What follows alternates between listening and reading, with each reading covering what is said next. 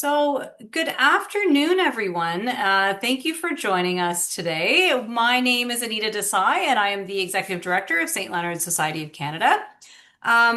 Before we begin and get into our webinar, I'll open our session with a land acknowledgement. SLSC is located in Ottawa on the traditional unceded Anishinaabe and Algonquin territory.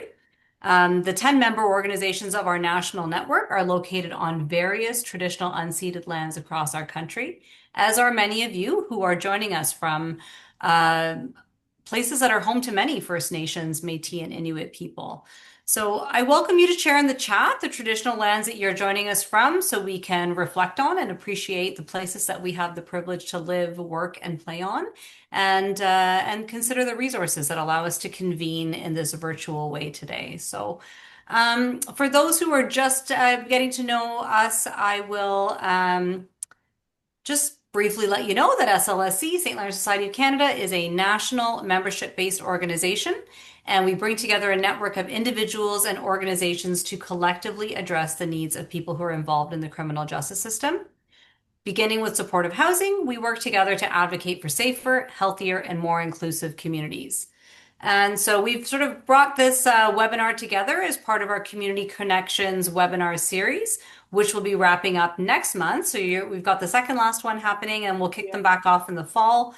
But for those who are joining us for the first time, this series is aimed at promoting public education to advance our purpose as an organization and keep people informed about criminal and social justice policies and practices, and really just trying to ground that in a humane and evidence-based way. So each session features guest speakers who will explore what's working and what's possible and what still needs to change on some key social and criminal justice issues. And in particular, this year we've been focusing on the pillars of the federal framework to reduce recidivism.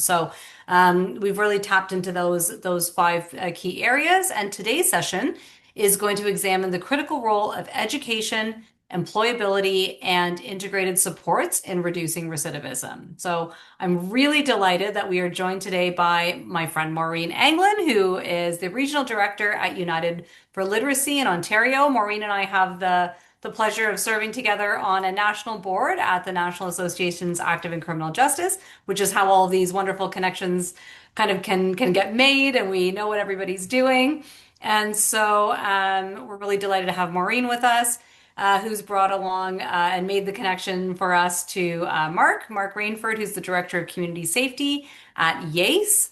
And hopefully we'll be joined shortly by Kevin MacInnis, who's maybe having a little bit of trouble getting into Zoom, but we'll stick handle that, and we'll let Kevin introduce himself when he gets here. But without further ado, I'll pass it over maybe to you, Maureen, and get us kicked off with some introductions. And then we'll kind of work our way through some questions that I'll help to moderate over the next hour or so, with an opportunity for questions from everybody else who's joined with us today as well. Maureen, I'll hand it over to you to get us started. Thank you, Anita. Yeah, and thank you, Roshana, for inviting us to come to this webinar. Yes, Kevin, Marc, and I have worked very closely together on various initiatives, and so it was great when Danielle Curry invited us to do this webinar. So my background is, for literacy, people may know, is formerly Frontier College. So I've been with the organization since 2003. And as Anita mentioned, I'm currently the Ontario Regional Director. But the way that I'm connected to this is that we've Frontier College United for Literacy has worked in the justice space for over 50 years. And for about almost 10 years now, we've been working with Kevin MacInnis, who's the lead of education within Ontario at CSC, on first of all on a leadership development project, and more recently on digital courses that all this content is developed through learner-informed content. So we go to the various institutions, we meet with individuals, inmate leaders, and so on, and who provide really great resources for us. We also run programs in Nunavut where we support people from incarceration to post-release. And I have a couple of stories if people are interested in some of the success stories that we've had in Nunavut. So yeah, I'll pass it over to Mark now. Thank you very much. Can you guys hear me okay? My computers tell me my internet might be unstable. So gonna do that check first. How am We I can hear so you far? just fine, Mark. You sound great. Perfect. Excellent. First things, thank you, Anita, Roshana, Maureen, Natalie, and Danny. Happy to be a part of this, and Kevin when he joins. So by way of background, I am the Director of Community Safety here at YAAACE. Stands for the Youth Association for Academics, Athletics, Character Education, and we operate out of the Jane and Finch area in Toronto, which is historically been one of the highest neighborhoods in Canada for gun violence. So under me, under community safety, we run two programs. One is federally funded. It's called New Narratives, and the age group of our participants are from ages of 6 to 29 with a lot of wraparound support that includes um, family support, where we have a social worker on staff. We've got case management team, which is my team on community safety side of it, but we also support with employability, access to housing, education support, just to name a few things that we do. The people usually are 6 to 29, and right off the bat, inside their minds, they're saying that's an unusual age range. And the reason why we look at 6 to 29 is that um, through New Narrative, working with justice involved individuals, when they're coming home, quite often they're coming home to children. And that 6-year-old is also impacted by incarceration. So they're receiving a mother or father back into the family. What does that dynamic look like? How do, while still acknowledging boundaries that may have existed before that family member returned home, how do we make sure that the machinery of family still operates in a way that is produces the greatest amount of success? So that's one program, New Narrative. The other program that we run is city funded, and it's called Towards Peace. The funder is the City of Toronto, and that works primarily with gun and gang involved young people between the ages of 12 to 29. Quite often, the clients in that program are before the justice system, so they're currently on charges, and we work with them around demonstrating to the court that while these charges are before the courts and moving, what is the work that can be done with a young person now to ensure the likelihood of success, whether that be in custody or if they're released back to the community, right? So protective factors are the things that we look at. My background is policing. I was a police officer with the City of Toronto, Toronto Police Service for 16 years. Um, so I bring a different lens to this work because I understand what is involved both on the justice side, the victim side, as well as the perpetrator side.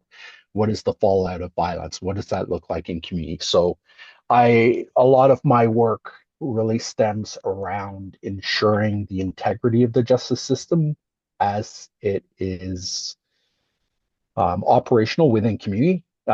If we don't do it on the community side in such a way that protects the justice system, the general public will alter the justice system. They will make demands that people are never let out. They will make a system that is trying to help build people up and reduce recidivism. They will say we don't want to take any chances anymore. So that's the area of focus for me, is really how to ensure the integrity of the system is maintained when they move from Kevin's hotels back into the community. And I'm going to kick it over to my man of the hour, Kevin MacInnis. Thank you, my friend. Thank you, Mark, and good morning, everyone, or good afternoon, I guess. I apologize for the technical challenges. I think there's some sort of block on my Corrections Canada computer to the Zoom link, to be honest with you, so I had to improvise and get my daughter's laptop. So I apologize for that, and I've been off work unexpectedly this week, so I just wanted to, but this is a priority for me and for us, so I wanted to join. with my colleagues Marc and Maureen and talk a little bit about what we've been doing over the last little while. So my background, 25 years approximately in Corrections Canada. I'm a chief of education, which essentially means a school principal. I work at Joyceville Institution, which is our assessment unit and a minimum security institution. But I've worked in virtually every level of security. And my role is I have some sort of regional and national leadership things that I've been doing for the last many, many years. And one of the main things I've been doing for the last 10 approximately is a digital education strategy. So the main thing I want to say as we start this conversation is that I'm a professional educator who is who works in adult education. And my definition of adult education is it's all about employability. What are you doing? How are you upskilling? How are you going to get to the space you need to be? Because very rarely we are not in and I don't know how many folks have experience, like we've all experienced a community education system, but about currently, if you have children involved or anything like that, but there's a school to community program, there's a school to employment program, and there's essentially a school to school program. And the majority of us were probably in the school to school community or program, which meant your objective was to go to post-secondary education. And that's a very conventional, very system-oriented pathway. I would argue the majority of the folks we're talking about today were not on that pathway for various reasons. And the notion that today we want to get them back on that pathway so they go from conflict with the law to education to success, I think is a little bit misguided. I think we need to disrupt the notion that education in and of itself is the pathway to success. Even for our children, right? With AI, with all the things happening, a 4-year post-secondary program is $125,000 in Canada, right? And there's no guarantee at the end of all that. So what are we thinking? What do we want the folks we're going to work with to be thinking about as they transition from their current circumstances, which are often not good and in conflict with the law, to a law-abiding trajectory? And I think that's about upskilling as opposed to straight, generic, old-fashioned education. So that's the thinking I want to bring to this conversation today. Again, I missed the very, very start of this, but one of the things we want to do, and again, I use the word disruption, we want to have as much dialogue as we can with you folks, wondering why you're here, what are you wondering about, and perhaps with our experiences, we can talk about some of the things that we think we should all be focusing on in a sort of integrated, I repeat the word, integrated, collaborative framework. So that's my story, and looking forward to the conversation over the next little bit. Thank you, Kevin, and thanks, Maureen and Marc, for that. So I think you're interested in having me moderate some of the questions that we had talked through. So I think, Kevin, you've given me such a nice softball to do that, which is the first question to engage with our attendees today, which is, why are you all here? So I would welcome people to either write that into the chat, and I can help facilitate some of those responses, or people can just unmute or raise their hand or come off camera, whatever feels most comfortable for you. But we would like to ask everyone who's here in attendance, what brings you here today? Why are you all here today to listen into this session? So thank you for the speakers. I'm really excited to learn more about what you have to say.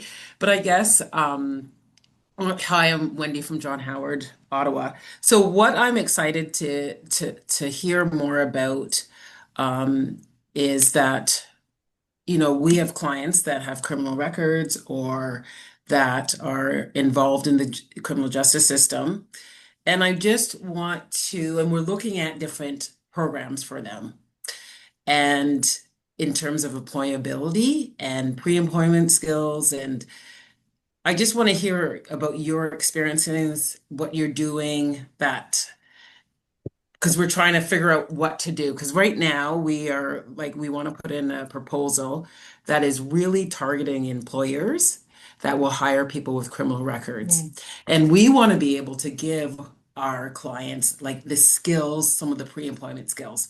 So I was really interested to hear what you were saying, Kevin, to do the link between education and employment. Like looking at education, not just, okay, yeah, you need education, but really looking at education as, okay, what are the direct things that will make you employable? That's helpful. Thank you, Wendy. You're welcome. Maybe I'll just also update you with what's in the chat, and then you guys can unpack that a little bit. But so we've heard from somebody that they want to better understand and support the complex needs of justice-involved learners, as well as understanding various barriers and opportunities for folks post-incarceration. And we've got a master's student writing a thesis on internet access for prisoners. And so a bit of a range there, but we did hear actually in our last webinar series as well on just some of those barriers to employment at our last session in April. And so I think really this is really complementary to how do we get people to a place where they can be employable, that they have the skills for employability, that the education piece is there, because it's really critical to address the barriers they're undoubtedly going to face after release as well. And so I think sort of doing a bit of this upstream work is all the more critical based on what we heard last month too. So yeah. Again, I'll welcome anybody to drop their ideas into the chat. But yeah, we'll lead it off with that, Kevin. Anita, if you don't, what I'm thinking, because those questions were all comments / questions are all connected, but maybe it might make sense from my perspective, at least, to sort of, I would like to address what Wendy had to say. Yeah. I'll probably hit some things that are related to the other items. Then, of course, my colleagues can join in, and then we maybe come back to each one of them to make sure that we're meeting the needs of the folks. And it's interesting. So, Wendy, thank you for the comments. And so we're thinking the same thing, I think, and most people probably are in the same ballpark. And again, there's nothing simple about it. That's the challenge, right? There's nothing simple about it. And there's no one case that's exactly the same. Okay. It's so interesting. I work with folks that have PhDs, and I work with folks that have real challenges with literacy. And if we don't have multiple options for them, we end up, obviously, you don't meet anyone's needs. So your notion of writing a proposal, I'm very interested. And again, I always think about collaboration, and I'm not sure exactly who's on this line here, but perhaps I know United for Literacy and Maureen's group and Marc and YAAACE, they're both working on various proposals. I know St. Leonard's have a recent proposal that they were successful on. And to be honest with you, I'm probably the only public servant on this call. And I'm going to declare my bias right now. I have said to the various folks that I see on here, and I've talked to many of you from various organizations, that one criticism sometimes of the not-for-profit groups is sometimes they, like the public service, work in silos and kind of do their own thing and create their own programs, which are complementary to other not-for-profits, and I would argue could be more collaborative as opposed to competitive, if you will. So this whole idea of these kind of webinars is, I think, a great idea, a great opportunity to cross-pollinate some things and think about opportunities. So that's great. I want to say one thing we're doing inside right now in corrections Canada, like the federal corrections. I want to say two things. and I'm sure I'll say many more than that, but specifically to answer Wendy's question about, how you connect with employers, I think this will be the time where I try to articulate our digital education program because it touches on the internet thing and it touches on program capacity, things we can do. So we currently in federal corrections have a we call it digital education program. My objective is to make it a digital intervention program, not just education, right? More of an upskill thing. I'd like St. Leonard's, John Howard, I'd like our community partners to be within our platform so there could be some direct connections with them. Because the way it works is we have a secure internet connection. Essentially, the offender gets on a device, a laptop or a desktop, typically, currently only in the education spaces, but we're looking to expand it outside of the education spaces. But the offender logs into the computer, connects through a secure VPN, essentially, and the tunnel goes to the cloud, but only to our learning management system in the cloud. It's called Desire to Learn Brightspace. So it's a learning platform that many of you have probably used, a learning management system that allows for interactive learning for the student. So that's the internet, essentially. However, it's a secure internet. So then what we do is we can beg, borrow, and steal programs from community organizations. One of them, for example, is Good Learning Anywhere, is an example, which I'm thinking at some point we'll give you some of these resources to think about. But it's another not-for-profit free resource directly targeting marginalized, lower socioeconomic folks, I would say, with all sorts of free online upskilling programs, like how to get a driver's license, how to be a truck driver, how to get a job. They've got hundreds, I don't know hundreds, but they got lots. We partnered with them, and now we have about 50 of their programs within our platform. So the inmates can directly do, how do I become a truck driver? There it is, tells them right there. They want to go write their driver's license test when they get out. There it is, where they have a fake sort of thing. They're ready to do that tomorrow. How to find a job. There's all sorts of Indigenous content. There's really good content. And the way we capture it for our folks is our community partner sends us the electronic link. We then put it into our instance, our learning management system. But what we do is we have to cut out, if there's too many links, for example, we'll cut out the link to a YouTube video. And not cut it out, we'll sort of carve it out. So now the only thing in the course is the YouTube link to what is required for the course. So they can't hit the YouTube link, watch what's required, answer the questions, whatever, and then go down the YouTube rabbit hole. It doesn't go any further. So we can give them internet content, but we have to sort of massage it so it's not wide open internet. It's just the things that we allow. So then when the learner's online and they're doing the course, it feels exactly like they're online. They answer questions, it goes back on instant feedback, all the things, except they can't go any further than the self-contained course. So that's how we've totally changed our offerings to our clients. Now, instead of just doing basic education stuff, often through paper pencil, we have online learning, which we're really, really pushing towards. So we can get our conventional high school diploma through the online learning, just like they're doing in the community, and paper-based. It's a hybrid thing. But then there's all sorts of these micro-credential things that give opportunity.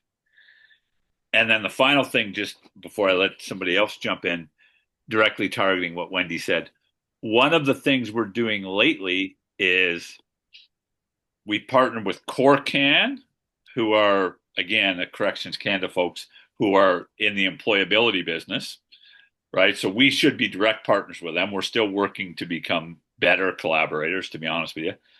But one of the things we've done with them through some of their folks is we've partnered with the Ontario and again, I'll get you guys this link, and maybe I'll set up a conversation for this group. I don't know if that makes sense too, but there's a group called the Ontario General Contractors Association.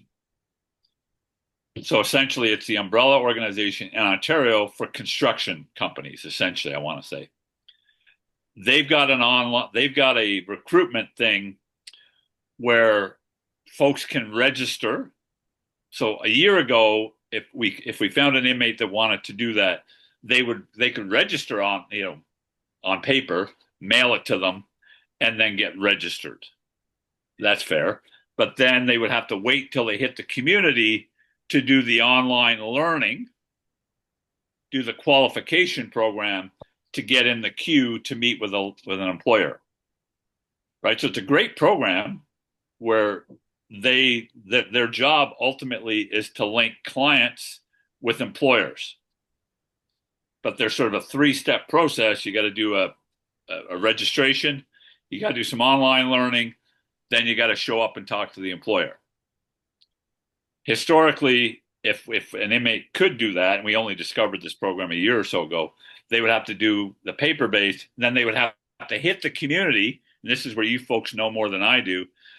When our guys hit the community, they've got all sorts of barriers to opportunity. So they hit the community. Now the program would say, okay, now you got to find an internet connection, you got to find a device, and you got to do this learning. You do all that stuff, you submit it online. Now you've hit phase 2, and we'll set you up with an employer. That phase 2 thing of finding online, finding internet, getting data, all those things were barriers. We now, because of our online learning opportunity, we've eliminated those barriers for step 2. So now we are facilitating the registration and the online learning. So now, and we set the offender up so the day he can walk out with a certificate, which has a contact, an email, or a 1-800 number in every community in Ontario. And he just calls that number or emails them, and they say, oh, you're in Woodbridge, Ontario? They look them up and they say, oh yeah, you're registered. Then they go to the employer database in Woodbridge, Ontario, and they say, okay, go see Bill, the contractor, tomorrow. And they set up the thing. As I understand it, and we're just starting this, so I honestly don't have success stories on this particular program yet, but it sounds like it's going to work, is our guy walks into the door the next day and meets with Bill, the contractor. He has been vetted. There's an understanding that he's capable of doing the work, and he's employable, right? He's 9/10 of the job is his. He just got to walk in the door and not blow it in the conversation, if you will. That's an example of something that any of us can be doing with our clients. And that's the type of employer, and I know we don't want to generalize, they can only do construction, but that's a really good labor opportunity for a lot of the folks we work with, which is one good example of something we all could be doing.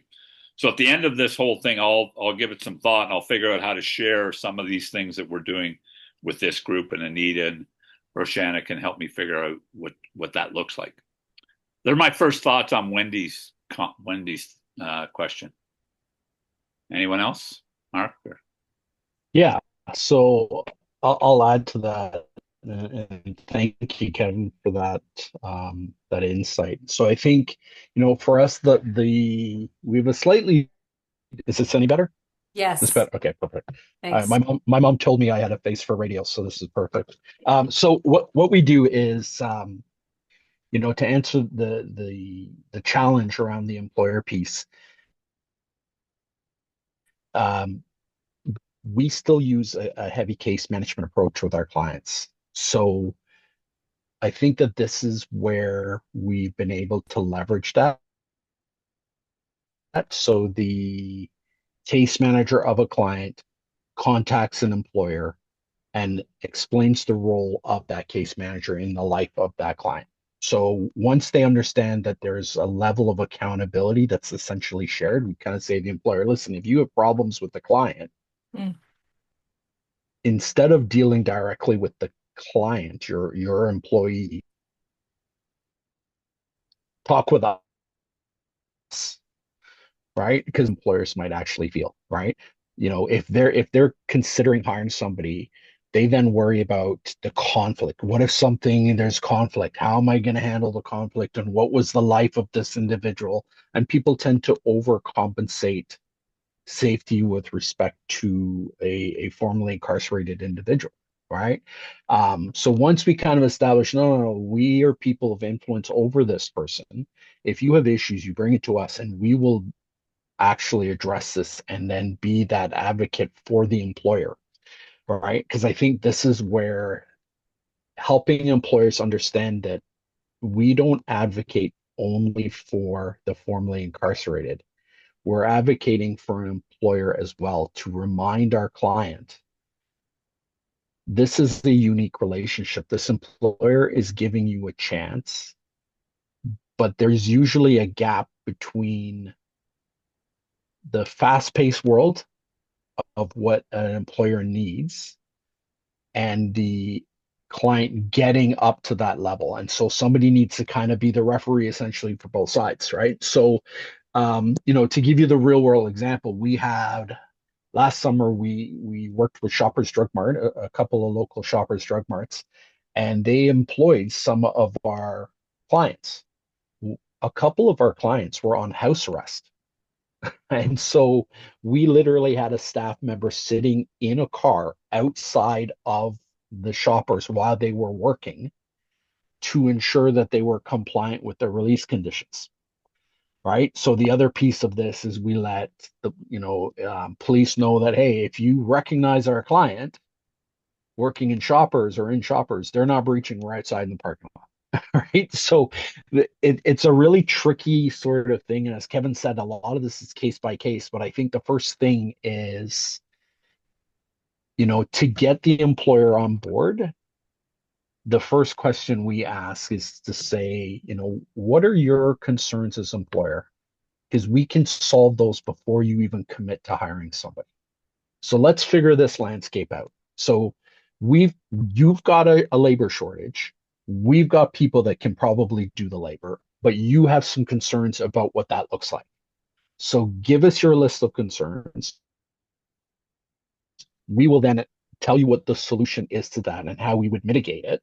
And then we go, okay, if we actually can handle this stuff, how do you feel now about hiring Marc? And if the person says, I'm not quite there, we go, okay, what does it take to get you there? Right. So is it, understanding that we work with many people of influence over Marc, if Marc is the potential hiree. So if you brought it to us, we wouldn't just be the sole person working with Marc. We might reach out to parents, faith-based community. We really make sure that the layers of risk mitigation are as broad as they can be to say to this employer, we're not asking you for a charitable venture. We are trying to say, you're a business, you're in it for profit motive. We want to make sure that when you take on our client, your goals are met, so are ours, and so's the client, right?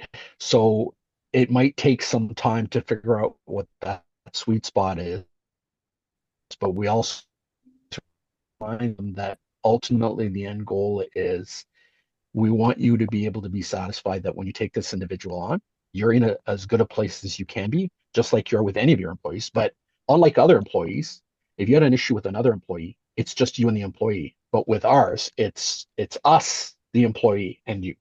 Right. So in some ways, you have an advantage taking one of our clients because you have an additional mechanism to work with to figure out what's going on with the client. Right. So we try to position it as a bit of an advantage. Um, we've been successful to this point. We've also had people that didn't work out at employers, and the employers didn't look at the hiring of previously incarcerated people as the problem. They were able to look at it as it's a personality issue with the individual, not the circumstances that brought them there. Right. And I think that is a really important distinction, is that any organization that's on this call that's looking at doing this work, when we frame this properly for an employer, we're able to get them to separate a failure rate as being a personal relationship rather than a systemic thing of, oh, that's what happens when you hire the formerly incarcerated. No, no, no. Some of this is literally just personal dynamics. And you can address that through advocacy with an organization or whoever is working with the client, right? I hope that helps. I can add to that as well. I'm on different tack. So, yeah, addressing what some of the questions people said. So, I think a lot of the theme that we've talked about is around transferable skills, and what we've worked with CSC and YAAACE on is building that leadership and transferable skills in people while they are incarcerated. And I think the digital learning management system is really key to this. So to add to what Kevin said, so so this is available in all regions in Canada. It may not be available in 100% of institutions yet. Kevin would know that, but it will be.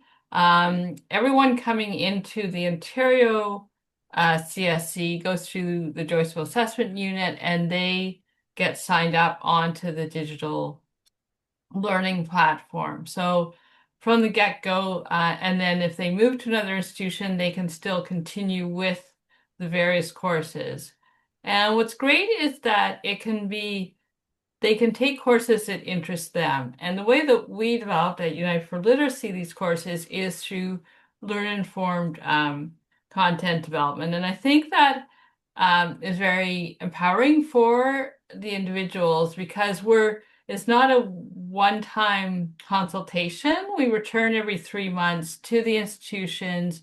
So we'll get their input on the overall outline, on the drafts, on the final drafts. And I think that means that they can see themselves in the courses, and they'll say, no, this is getting really dry and long, make it shorter, or make it more interactive. And we actually work with a think tank at Bath Institution of Inmates who put the content up on the system. So, and that's related to people post-release, that sort of student-centered, learner-centered approach. And one way that we've been able to address these barriers with people we work with in Nunavut is through this learn-informed approach, and working with them from when they're incarcerated to post-release. And so, and also utilizing some of those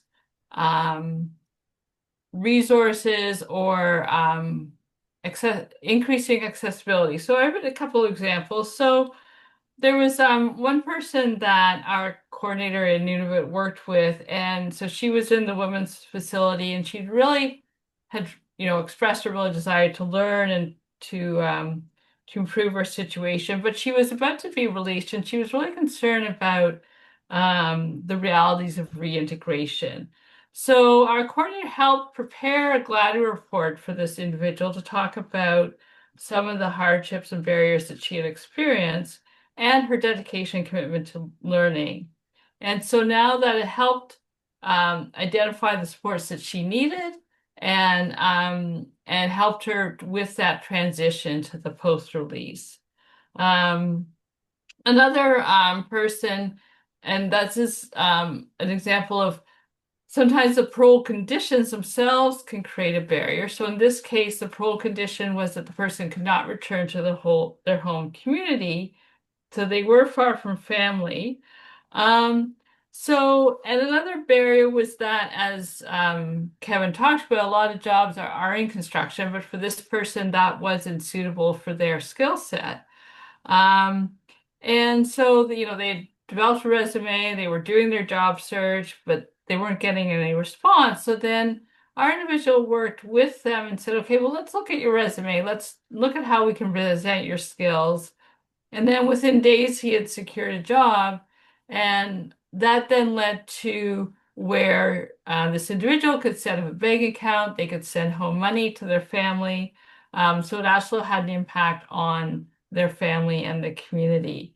So I think it takes a lot of different individuals, but I think that consistent support is really key in having some of that seamless transition as much as possible from being incarcerated to post-release is really key.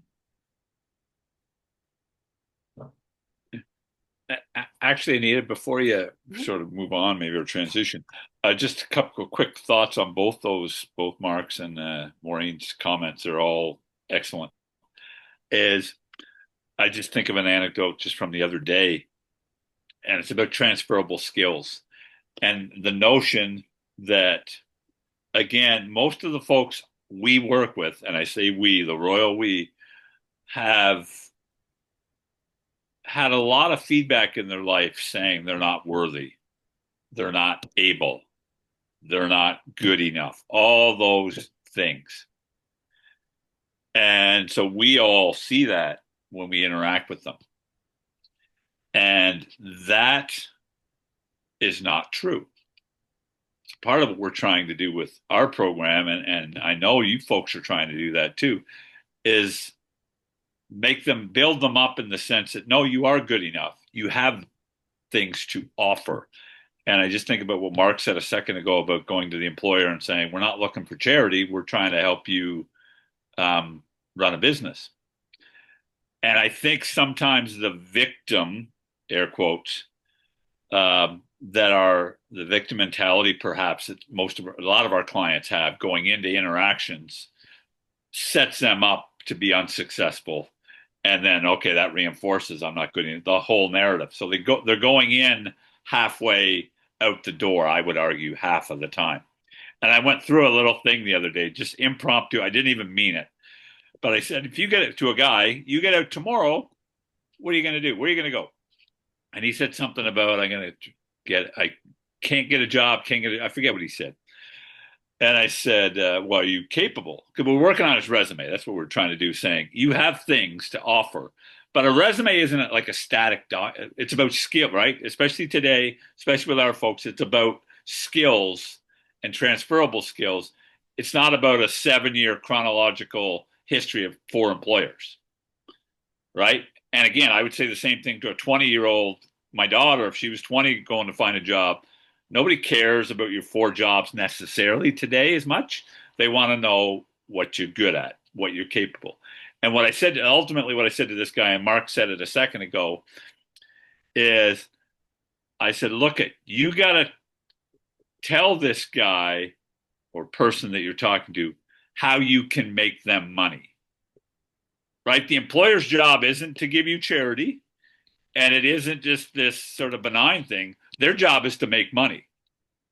9 times out of 10, most employers are there to make money. So what's your value add? How are you going to help them make money?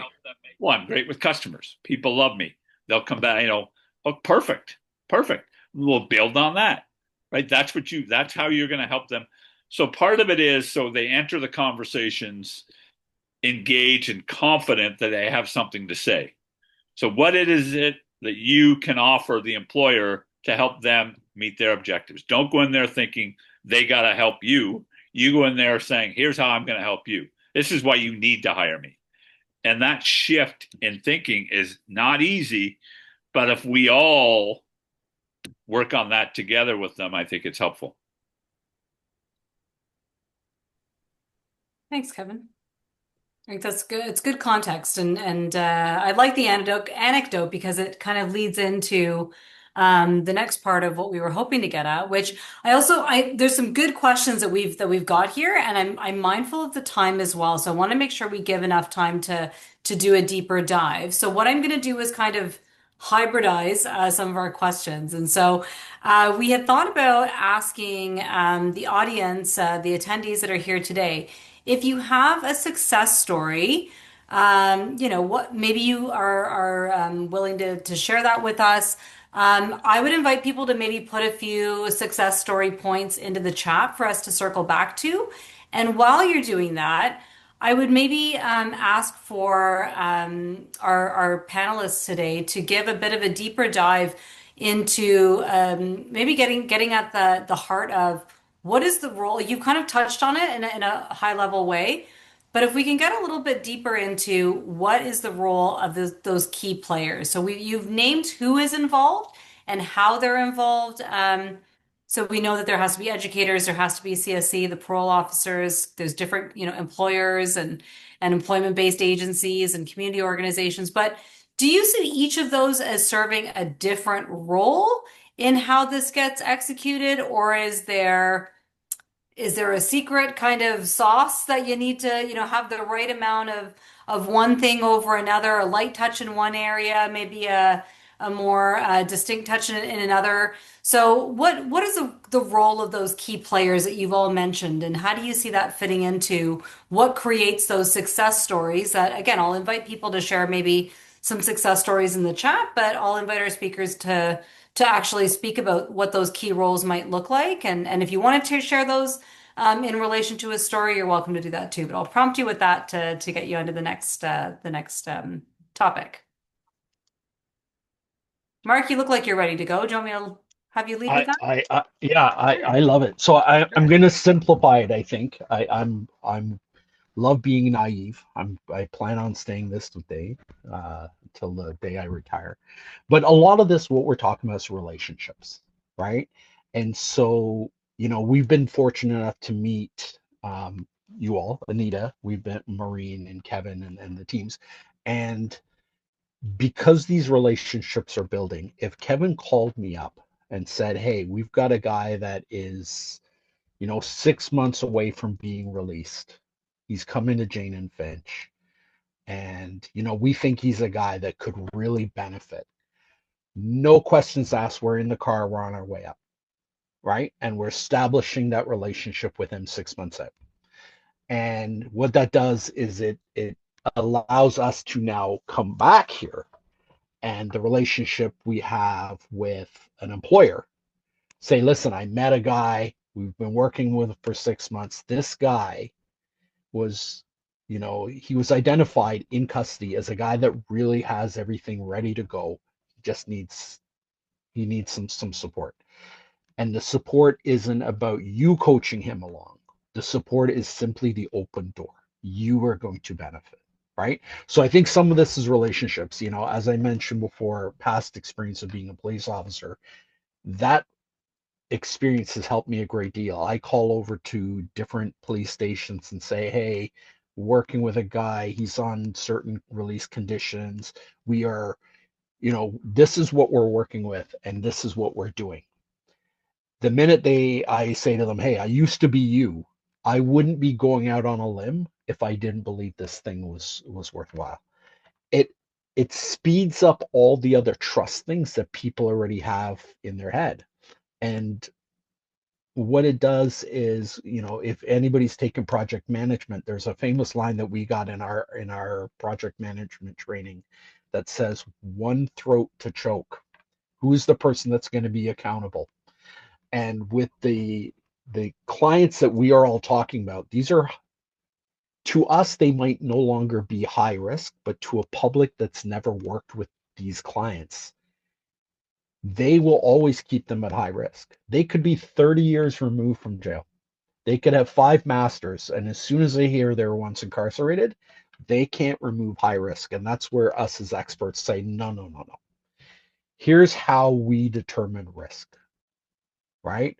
We have a different criteria than you because we've been working at this. We see the nuance. We can tell you who's most likely to have recidivist behavior and who's least likely, despite what you know. And so I think a lot of this stuff is formalizing relationships and creating those processes that allow us to move very with expediency, because I think, as Kevin talked about with the employability piece, the faster we can get formally incarcerated into employability, that's the precipitous drop in risk, The minute that they've got that stabilized, they not only are they more self-reliant, but the stigma around them actually starts to melt away very quickly. Because once people that once knew them say, "Oh, you're working," they're even surprised at that. And now what happens is once they say, "Oh, somebody trusts you enough to hire you," their own biases actually start to fall apart because they're like, well, if you can get work and you're doing it, why am I still holding up some of these things? Right. So I think relationships are really key. This to me is one of those things is we're beginning to extend relationships. Some of the people on here I've never met before, but I'm sure we'll be able to share contact info to say, hey, let's whatever we do at YAAACE, let's share the secret sauce here and see if you can replicate it. Tell us what's going on, how, and the more we actually strengthen these tools and make them available to all people working with the same clientele, it helps other orgs say, no, no, no, you know what? In the case of the justice system, Your Honor, the method that I'm using now, I've consulted with another organization in Toronto that's been doing this now for several years, and they're showing a lot of success. We've decided to replicate it here. That opens another door just by saying, no, no, we've watched it.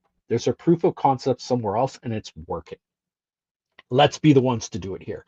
So I think, when we use our relationships to strengthen our network to say, it's not just Crazy Mark doing on its own. There's several Crazy Marks across the country, and it's working for all of them, right? It allows other people to share our desire to risk take for the benefit of people that deserve a chance. Because the other piece of this is every time we demonstrate a formerly incarcerated person can thrive, we're also putting pressure on other formerly incarcerated people to explain why they're not thriving. Because they don't get to keep saying, well, it is inevitable. We actually all can say, well, no, we can show you 10, 20, 30, 40 people just like you are thriving. Explain to me why you're. Oh, he's left us on a cliffhanger. But what I'm hearing is scalability as the secret sauce. You left us right at the end there. We lost you just at the end there, Mark. Do you want to just finish your thought? We've got you back now. So maybe while you're trying to figure that out, I was saying that it sounds like we're looking at scalability really in with what you're doing, the idea that collaboration is at the heart of that, and that creating opportunities and momentum to scale is really part of that secret sauce that we're looking at, which is I think really fascinating and a great approach to this.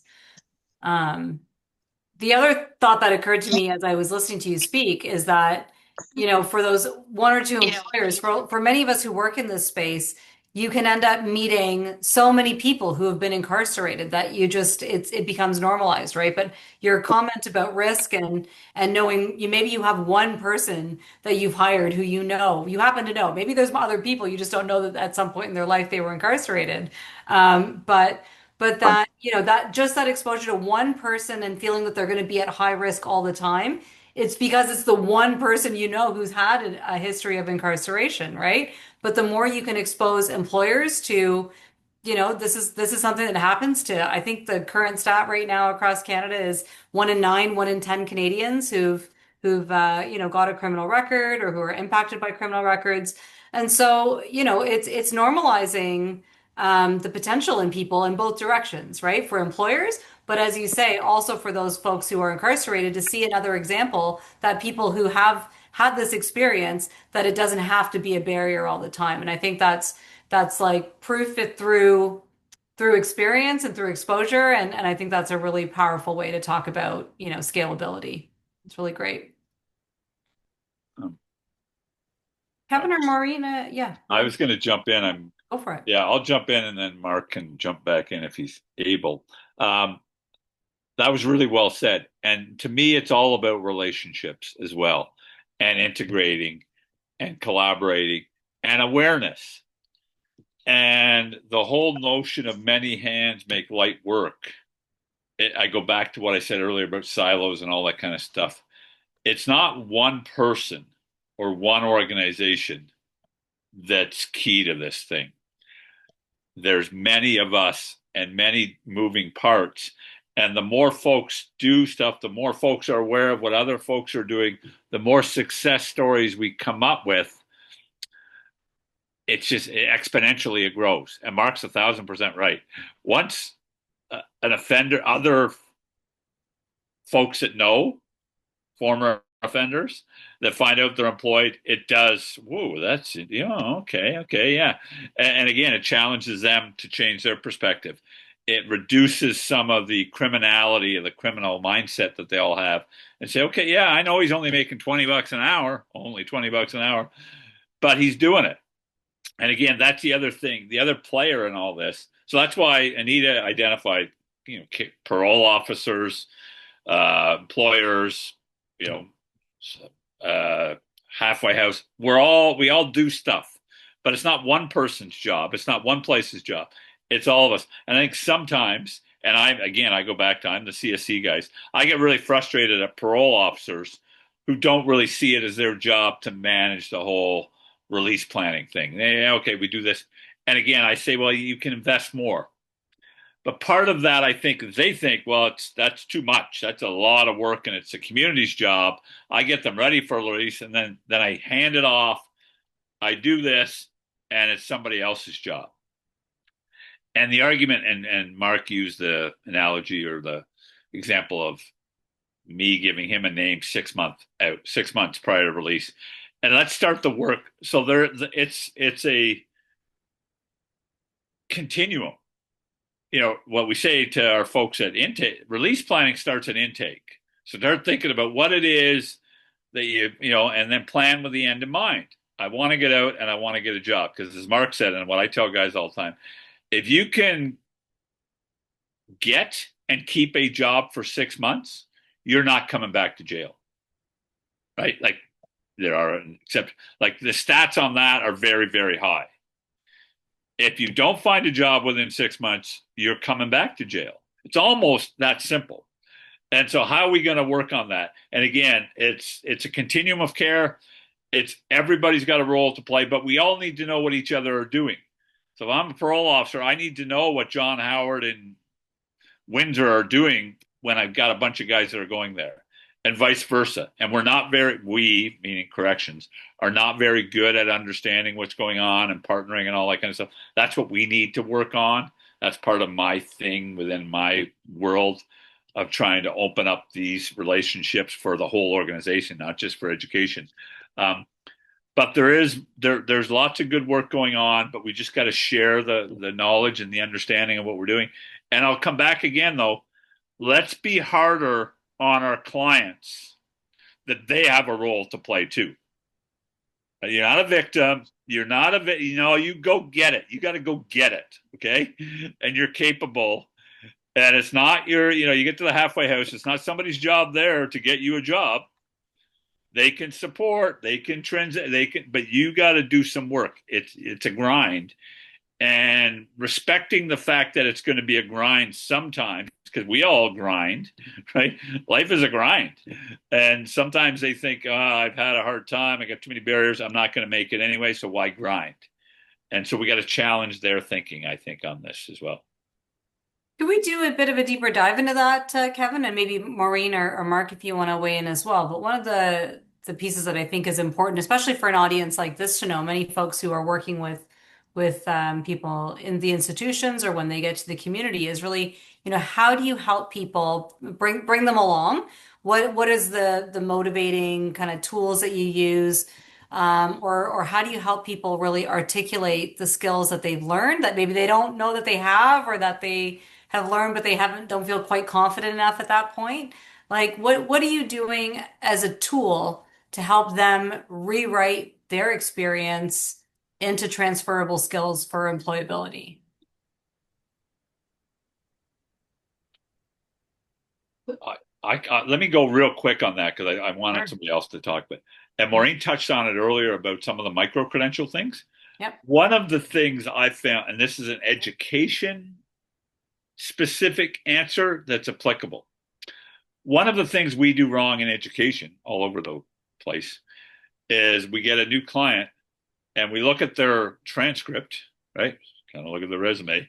And the first thing we look at in the transcript, again, think resume when I say all these words, where are the gaps? Oh, he doesn't have grade 11 math. So he needs to fill that gap to get a diploma. So the first thing we do is feed him grade 11 math. Do you think he's ever tried grade 11 math before? Or any math? Of course he has. The reason there's a gap is because he wasn't successful in the conventional sense of the word. And we're just jamming him. We're saying, oh, you don't have this, so you got to fill that gap. But again, one of the reasons they have the gap is because they've been unsuccessful. So what we do is we reinforce their negative self-image by making them fill that gap before they're ready. So as Maureen said earlier, one of the things we were able to do with the micro-credentials, instead of we get a new student or a new client, instead of saying, we want you, because we know better than you do, you must do this. The way we hook them and engage them is, hey, what are you interested in? What are you interested in? What are you good at? What do you want to explore? What do you want to learn more about? They go down the path of learning more about something, and especially their little chunks. Suddenly they start to have some success. They build on that success. Oh yeah, I can do that. Oh yeah, I do know something about construction. I just passed this whole test on how to be a whatever carpenter. Suddenly they see themselves in a different light because they've had a little success. So then you circle back to some of the gaps they want to fill and start layering it that way. And I really, really like, it's not simple, but it's not impossible. Mm-hmm. Again, and we just push on them that you have capability, you have ability. Just need to find what that is and then work towards it and understand the whole growth mindset thing. Just because you can't do something today doesn't mean you can never do it. Because you've proven you can do all that stuff. So now let's test yourself a little harder, live in the unsuccess as you become more successful in something. So Maureen, you were going to jump in there. Yeah, so building off what you said and as well what Stacy wrote in the chat about a person who with an experience who had shifted their mindset, that as part of our work with CSC is we've developed a course around shifting your mindset, and it is actually one of the more popular courses that we have. We have about 15 in total that are either up on the system or will be. And it talks about growth mindset. It talks about goal setting. Some of the examples that I gave before about from the TED Talks, the people who were previously incarcerated, that was from that course to show, yes, you can make a difference and other people have and so on. And I think in answer to your question, Nita, I think also we need to consider the impact of parole conditions. And because I think most of us know that are on the call that a lot of people who do return to institutions, it's not because they've reoffended, it's because they didn't meet their parole conditions. And so I think a key role that people in the community have is around addressing those conditions, ensuring that they understand it and that they do meet them. And because I think that that's really key to being successful is meeting those conditions. And then as I described in one of my examples where the parole conditions presented a barrier, it's like, well, how can we address the barrier? You can't change those conditions, but do we work around those barriers, or like in this case, the person wanted to support their grandmother. Okay, let's find you a job so that you may not be able to see your grandmother, but at least you can support her. So, and I think like what's interesting and something I was reflecting on, whether it's, the work the courses we're developing with the inmate leaders, YAAACE, the work we do in Nunavut. I mean, the secret sauce really is that notion of respect and seeing the person person first approach. It's okay, what skills do you want to build? It's not focusing on the risk. Like we were in at Joyceville Minimum, and one of the individuals was asking my colleague, well, are you comfortable being here? And I mean, person's been there probably 10 times. He's like, oh yeah, sure, you're just a person. And I think that approach goes a long way. It's amazing how far it goes, but like I know, YAAACE does a lot of research, there's a lot of evidence, but I think that's what it really comes down to. I So love yeah, that. if I could, yeah, I Please. just want to add to it, the mindset piece is something that we have to work on here quite a bit. Because our clients are so young, but they've been involved in such severe things already, and often they're second generation, right? So they have family members who've been involved in other things equally as serious, that their norm is the life that they're in. And so one of the things for me with mindset with our clients is I ask them to think about every success in their life, all of them, from the first memory right up to the day that I meet them. And when I ask them that question, I give them a little bit of guidance. I say, what I want you to do is think of all your successes. And then I remind them that they are the only one present for all of their successes. Usually people are in and out. You did one with mom and dad around, but another one you didn't. You did it with friends. Another one you did it by yourself. So ultimately, the common denominator for all of their successes is them. And I say, okay, think about all the things you did and all these, because that's your aggregate behavior. If you keep doing those things, it seems that you have success. The people changed, but those are the core things that you need to do to guarantee the best likelihood of success. And then I remind them, okay, let's now look the other way. You've been the common denominator for all of your failures. Everything that went wrong, you were present, and different people were in and out. What were the things that occurred consistently across the board? And one of the things that usually happens is if we all did this as an exercise, one of the most common denominators amongst failure is fear. We are afraid of something that ultimately doesn't matter who's around, but at some point fear enters the picture and things steer up, right? So, we end up kind of being able to have them frame qualities that were consistent across successes, qualities that are consistent along failure, and then we work to ensure that we're doing more of the qualities that were present in success, and we minimize the behaviors that are present in failure, right?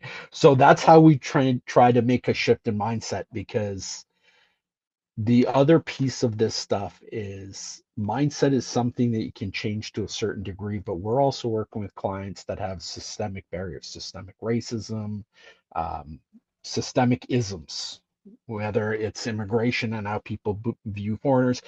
And so they quickly want to go down a path that they're right, these barriers exist. And then we remind them, well, weren't those barriers still present when you succeeded?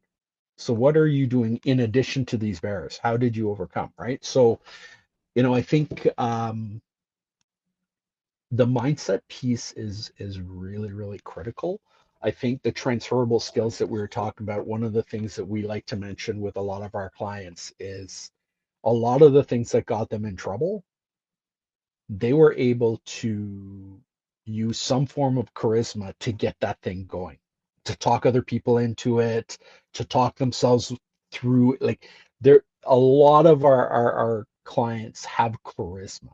So we also remind them that for employers, more and more we're seeing in research that soft skills are really critical for employers. The other skills you can learn. But if an organization can open a door and you've got great soft skills, use your soft skills with your employer to demonstrate or give them a notion that you need additional training to do some of those very job specific things. But when you don't utilize soft skills to help you fill gaps and you get very defensive, whether you're previously incarcerated or never incarcerated. Without soft skills, you're going to have a hard time with employment, right? So we really try to help them understand the importance of these soft skills, that they usually use them in antisocial behavior. Now we're saying, hey, use some of those same skills, but for pro-social benefits. How do you make sure that you're using those very same skills, right? And then the last thing I'll give you as an example about helping them understand formal education. We have kids that say that they're terrible at math. And one of my kids, they said, oh, I don't know math. And I said, okay, no problem. I handed him a basketball and I stood on the other side of a desk and I said, can you bounce past the basketball to me so it lands in my hands? And of course he did. He bounced the ball on the ground over the desk and into my hands. And I said, well, that's math, right? I said, your brain just calculated all the angles that you needed to throw the ball, the speed you had to throw the ball at, my positioning, my distance. I said, all of that is math. I said, formal education sometimes is about slowing down what you already know and just teaching you how to explain it to another. Education is about taking knowledge in and being able to explain it to other people, right? And so some of this is really about framing their confidence about what they already know and just saying, hey, you already know a lot of stuff. You just don't know how to explain it, right? Much like some cooks are great at cooking, but they can't teach you how to make that recipe. They just intuitively know it, right? So it's really about helping them understand that education sometimes is really about slowing you down, giving you the tools to communicate it to another person, right? So Yep. I love that. Yeah. And yeah, just one other quick thing, another sort of anecdote or a thing that's very relevant that perhaps we can share is Emily O'Brien. I don't know if folks know who that is, formerly a Grand Valley institution for women offender, who developed a popcorn type thing called Comeback Snacks. She's become a force. She's a brand. She's being very successful. And somebody just said in the chat, and a role model. She's absolutely all of that. And she's got a partner, Lucy Cullen, I believe her name is, and they do an entrepreneurship course for free for parolees. They've got corporate backing for that. It's a real big thing. And if you don't know who that is, we should share that with you folks and talk about her success. And as Stacy just said, a role model. But so they've got some stuff that they've been doing with us on our learning management system, and they developed a quick little, like it's an hour, I think max, a short little course. I think Emily coined this term, but it's called Transform Your Hustle. Think about that. It's brilliant. And it's the whole notion of, now you've done this, maybe it was illegal what you were doing, but you were hustling, you were doing some stuff. So think about those things, transfer them over here. As Marc said, these are things you can do. Now just channel them differently.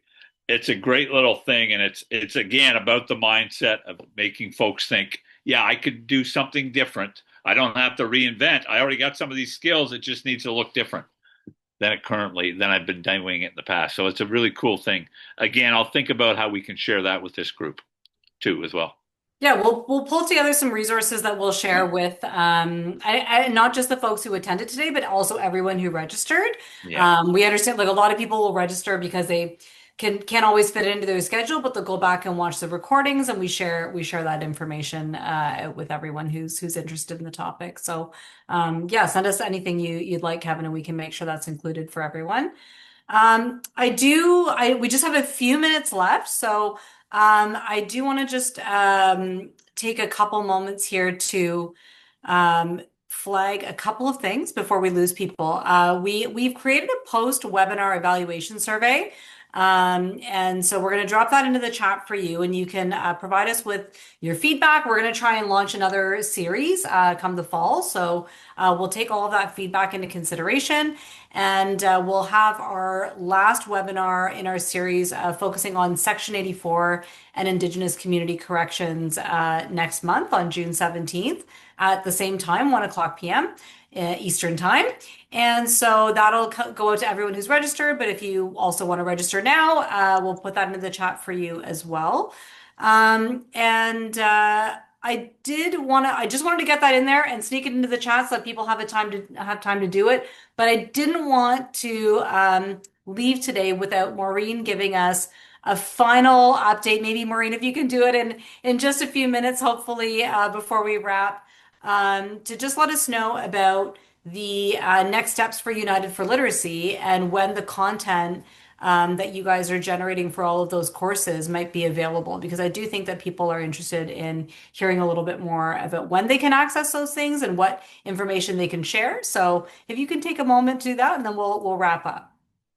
Super, thanks. Yeah, so we're currently funded through the Law Foundation of Ontario to develop legally related content. And as I mentioned with Kevin and YAAACE and other St. Leonard's and John Howard and NAACJ, we've been developing courses, about 15 courses. The content focuses on skill building, shifting your mindset, as I mentioned, financial literacy, job search, culture shock. So if you're coming out in the community, as well as legal information, just general legal information, preparing for parole, the racialized experience in justice, and so on. And so our plan is that the last phase of this project we're going into is to make it available for members of the public. And so we'll have our own learning platform that the courses will be on, but we'll also have a dedicated web page on our site that people can go to. And if they have like a specific question, what's the CCRA or whatever myths and realities around parole, that sort of thing, because we realize people may not want to take the full course. And so, yeah, so that should be ready by August. And the plan is it'll be ready in English and French. That's wonderful. It's coming up so soon. Yes, That's it really is. exciting. That's amazing. Okay, so I cannot thank you guys enough for your generous offer of time and energy and insights today. Kevin, Marc, Maureen. Marc, I mean, I feel like so much of what you said today sparked a lot of things in my brain about even not just extended well beyond employability and education, like into things like housing, which is a lot of, my space as well. So I really appreciate all of your thoughts and insights. And what really struck me about what you guys are saying today is that this is not content that's specifically for someone who is justice involved. I mean, these are mindset realities and how we think and how we, conduct ourselves. We have to remind ourselves of all of these things, regardless of our experience, right? Whether we've been involved with the justice system or not, right? Those confidence pieces and reminding ourselves like that some things are hard and sometimes you just have to think about it in a different way. And those are so transferable and so relatable, I think, for all of us. And so for my takeaway is really like anyone who's approaching this work, doing that in a way where you can draw from your own personal insights as a human being. What do we need and how do we get to think outside of the box? What works for you? What works for your kids? What works for, other people? Like, and just leveling that across the folks that you're supporting. That really resonated with me is that it's so much of it is just a human experience, and we tend to really box education into one thing, and that can be to the detriment of a lot of people. And so I love that you guys are really broadening the horizon there and in making education more accessible and available to a wider group of folks. And so that really resonated with me today, and I'm sure it did for others as well. But really, on behalf of St. Leonard's Society of Canada and everyone who attended today, I want to thank you all for your important contributions. It sounds like tireless work to keep doing this for so many years and the efforts that you're putting in. And we'll really look forward to keeping an eye on what you're doing and where it will go and hopefully foster some new connections for you with the groups and people that attended today. So thank you all so much for your time. And anyone who's on the call that wants to reach out, I know our wonderful speakers have put their contact information into the chat. So please take a moment to copy and paste those somewhere if you want to reach out to them. I'm sure they'd be more than happy to exchange more ideas with you. And with that, we'll close our webinar for today. Thanks, everyone.